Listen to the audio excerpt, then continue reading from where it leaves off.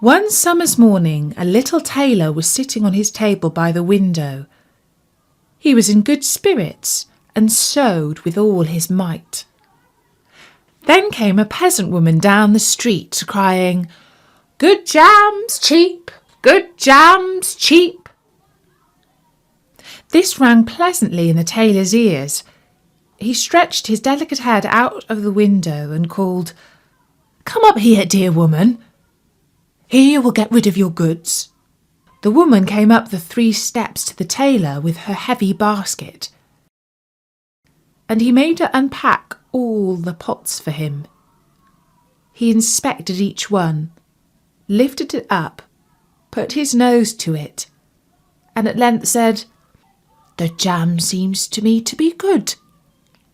I'll buy a jar." The woman, who'd hoped to sell far more jam, gave him what he wanted, but went away grumbling. "Now this jam shall be blessed by God," cried the little tailor, "and give me health and strength." So he brought the bread out of the cupboard, cut himself a piece right across the loaf, and spread the jam over it. "This won't taste bitter," said he, "but I will just finish the jacket before I take a bite." He laid the bread near him, sewed on, and in his joy made bigger and bigger stitches. In the meantime, the smell of the sweet jam rose to where the flies were sitting in great numbers, and they were attracted and descended onto it in hosts. "Hey, who invited you?" said the little tailor, and drove the unbidden guests away.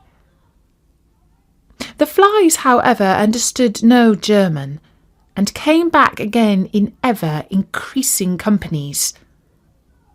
The little tailor at last lost all patience, and drew a piece of cloth from the hole under his work-table, and saying, "Wait, and I will give it to you," struck it mercilessly on them. When he drew it away and counted, there lay before him no fewer than 7 flies, dead and with legs stretched out. The tailor looked at the flies that he had killed, and could not help admiring his own bravery. "The whole town shall know of this," he said.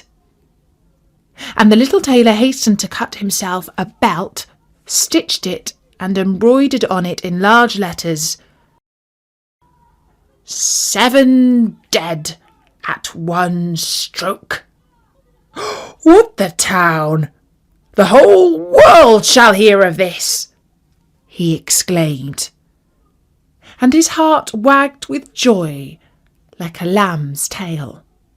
The tailor put on the girdle and resolved to go forth into the world, because he thought his workshop was too small for his valour. Before he went away, he looked around the house to see if there was anything which he could take with him. However, he found nothing but an old cheese, and that he put in his pocket. In front of the door he observed a bird which had caught itself in the thicket. It had to go in his pocket with the cheese. Now he took to the road boldly, and as he was light and nimble, he felt no tiredness. The road led him up a mountain, and when he had reached the highest point of it, there sat a powerful giant looking peacefully about him. The little tailor went bravely up, spoke to him and said, "Good day, comrade. So you are sitting there overlooking the widespread world. I am just on my way there and want to try my luck. How about you? Come with me?" The giant looked contemptuously at the tailor and said, "You wretch! You miserable creature!" "Oh, indeed," answered the little tailor, and unbuttoned his coat and showed the giant the belt There may you read what kind of a man I am." The giant read, "7 dead at one stroke," and thought that they had been men whom the tailor had killed, and began to feel a little respect for the tiny fellow. Nevertheless, he wished to try him first, and took a stone in his hand and squeezed it together so that the liquid dropped out of it. "Do that," said the giant, "if you have strength." The little tailor looked round and thought, "It is much more spacious here than in my workshop." The giant showed him a bed and said he was to lie down in it and sleep. The bed, however, was too big for the little tailor. He did not lie down in it, but crept into a corner. When it was midnight and the giant thought that the little tailor was lying in a sound sleep, he got up, took a great iron bar, cut through the bed with one blow, and thought he had finished off the grasshopper of a man for good. With the earliest dawn the giants went into the forest, and had quite forgotten the little tailor, when all at once he walked up to them quite merrily and boldly. The giants were terrified.